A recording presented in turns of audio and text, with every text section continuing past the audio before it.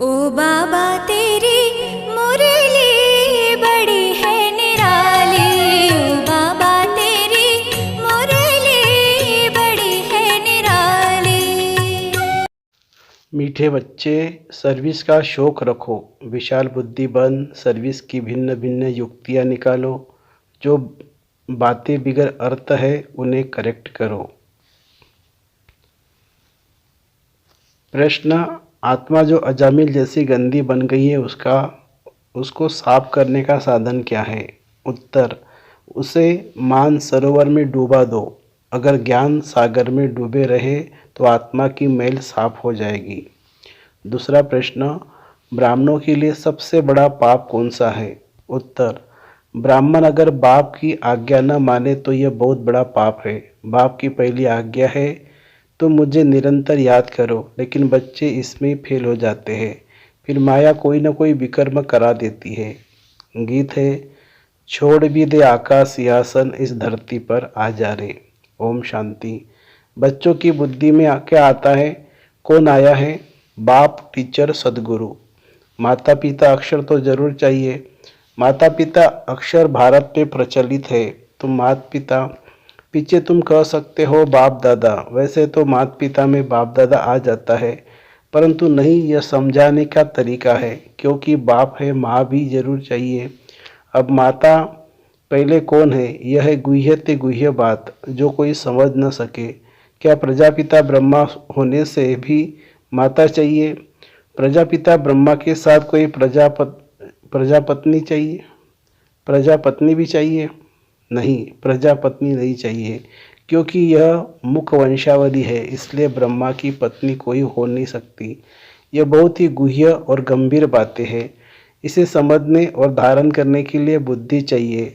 यह एक ही बाप है जो बच्चों के सन्मुख आते हैं। तुम तो समझते हो माता पिता बाप दादा सन्मुख आया है। बच्चे बाहर में सर्विस करते हैं, सेंटर पर जो रहते हैं वह यह नहीं समझेंगे कि माता पिता बाप दादा सन्मुख आए हैं। वह समझेंगे फलानी बीके व ब्रह्मा कुमारी आई है, ये मम्मा एडॉप्ट की हुई है।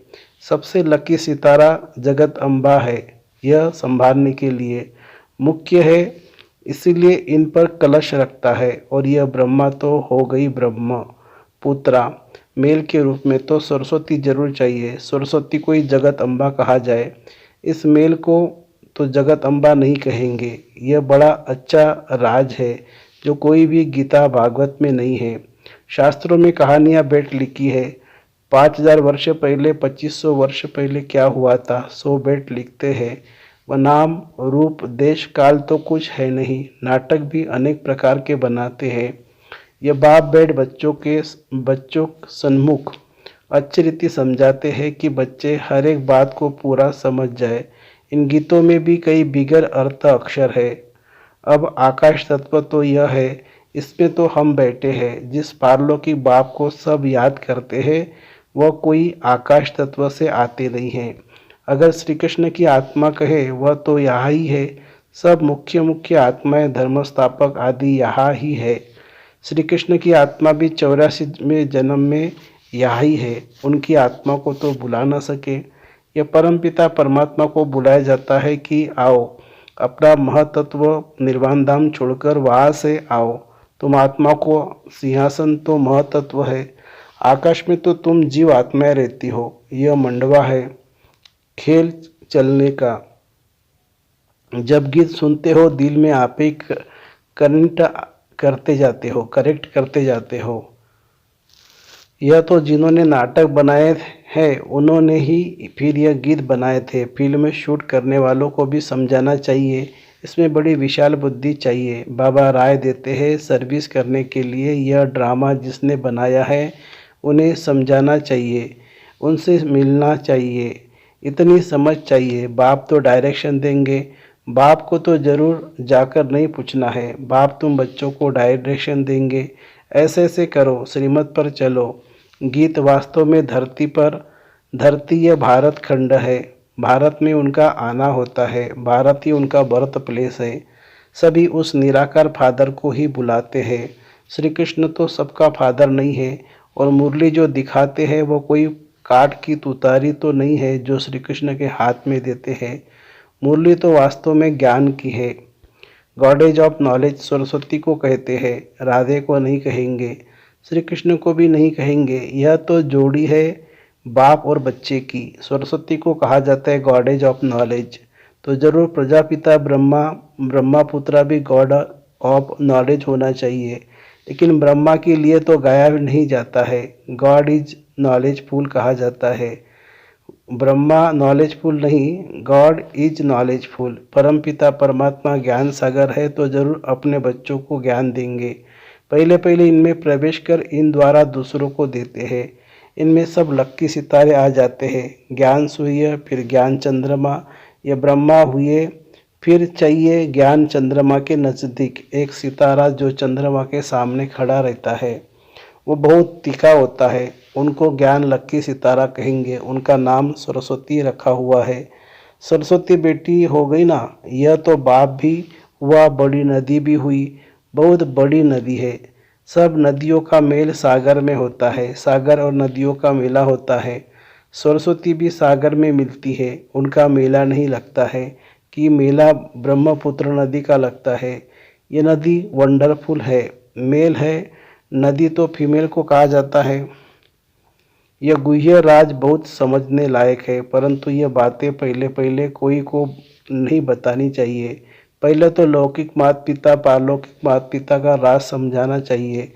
लौकिक माता पिता से अल्पकाल क्षणभंगुर सुख का वर्षा मिलता आया है, यह तो पक्का याद रहना चाहिए। दूसरा कोई को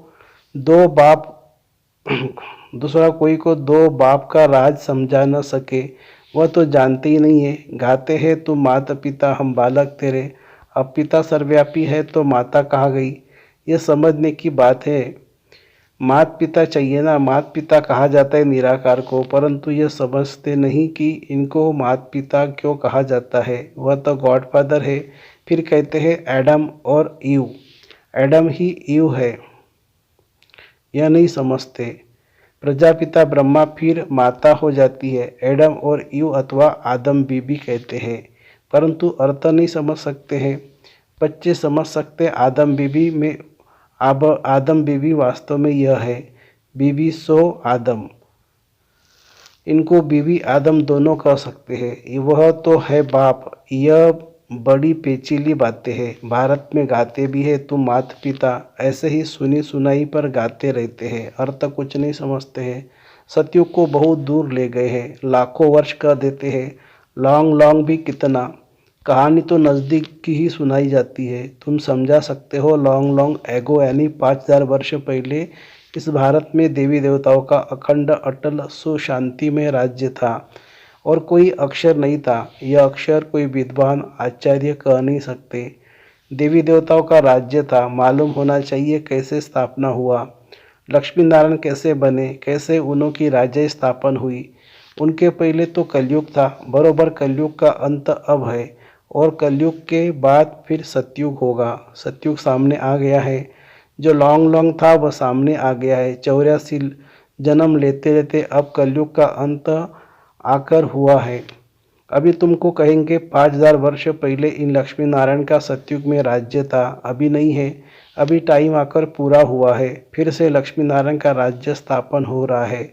ये तुम्हारी बुद्धि में है, जिसके लिए तुम पुरुषार्थ कर रहे हो, यह है समझाने की बात। यह तो सच्ची गीता आदि इसलिए लिखी जाती है कि कोई पढ़कर रिफ्रेश होते रहे।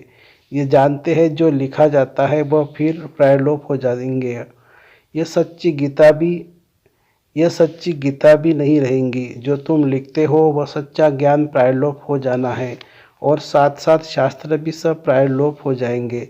सतयुग त्रेता में शास्त्र होते नहीं है, फिर कलप पहले जैसे द्वापर से बने थे वैसे बनने लग पड़ेंगे। यह भक्ति मार्ग की सामग्री, रचना की सामग्री बहुत बड़ी है। तुम ज्ञान सेकंड में ले लेते हो। सारी रचना के आदि मध्य अंतों को तुम जानते हो। अंग अखरे माने तिथि तारीख सहित पूरा हिसाब किताब है। 84 जन्म सब नहीं लेते हैं, कोई 70 लेते, कोई 60 लेते, कोई तो 2 भी लेते हैं। वह सारा मिनिमम और मैक्सिमम का हिसाब है। पीछे आने वालों के जरूर नंबरवार थोड़े थोड़े जन्म होंगे, उसका फिर विस्तार करना फालतू हो जाता है। तुम बच्चे नटशेल में समझ सकते हो। 84 लाख जन्म तो है नहीं, 84 जन्म भी हर एक नहीं ले सकते हैं। ऐसे ही सिर्फ कह देते 84 का चक्र है, 84 लाख जन्मों का चक्र नहीं गाया जाता है। गीत पाप कपट की छाया पड़ गई है। अब रावण का राज्य है ना, आत्मा पर मेल की छाया पड़ते पड़ते अब बिल्कुल ही अजामिल हो गए हैं। इतनी मेल चढ़ी है जो साफ होती ही नहीं है। उस मेल को निकालने के लिए फिर गाया हुआ है ज्ञान मानसरोवर, उसमें डूबो रहे। जैसे जंग लगती है तो उनको उतारने के लिए घासलेट में डाला जाता है, यह भी जंग लगी है, इसलिए ज्ञान सागर में डूबे रहो।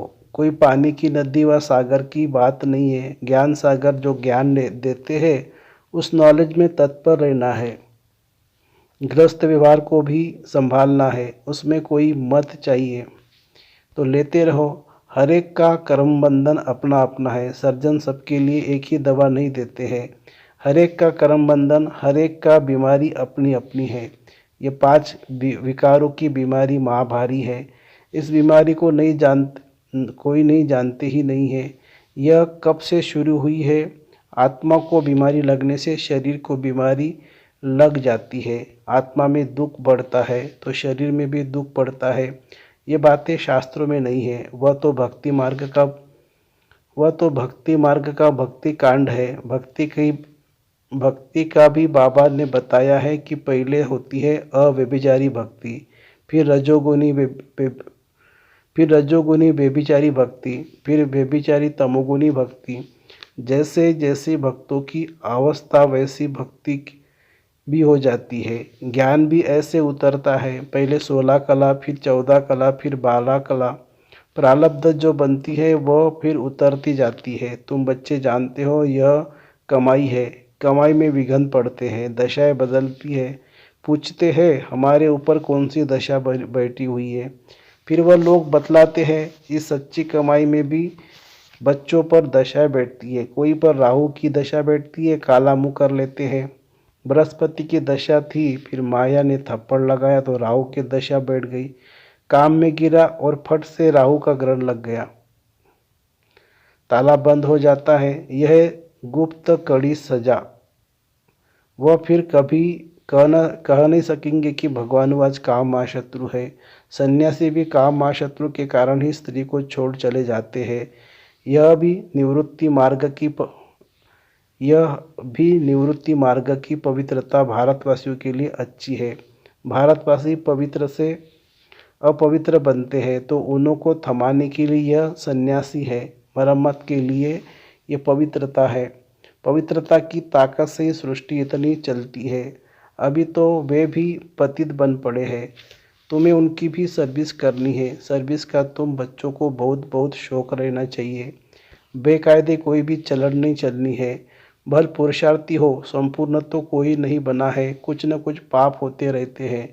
बाप की आज्ञा न माना यह भी बड़ा पाप है। बाप का फरमान है निरंतर मुझे याद करो। जानता हूँ कि कर नहीं सकोगे, परंतु तुम पूरा पुरुषार्थ ही नहीं करते हो। जो करेंगे वो अच्छा पद पाएंगे। अच्छा, मीठे मीठे सिक्खी लदे बच्चों प्रति माता पिता बाप दादा का याद प्यार और गुड मॉर्निंग। रूहानी बाप की रूहानी बच्चों को नमस्ते। हम रूहानी बच्चों की रूहानी माता पिता बाप दादा को याद प्यार, गुड मॉर्निंग और नमस्ते बाबा नमस्ते। धारणा के लिए मुख्य सार। 5 विकारों की बीमारी से मुक्त होने के लिए सर्जन की राय लेते रहना है। आत्मा पर कोई बीमारी न लगे इसकी संभाल करनी है। दूसरी पॉइंट, सच्ची कमाई करनी और करानी है। कोई भी बेकायदे चलन नहीं चलनी है।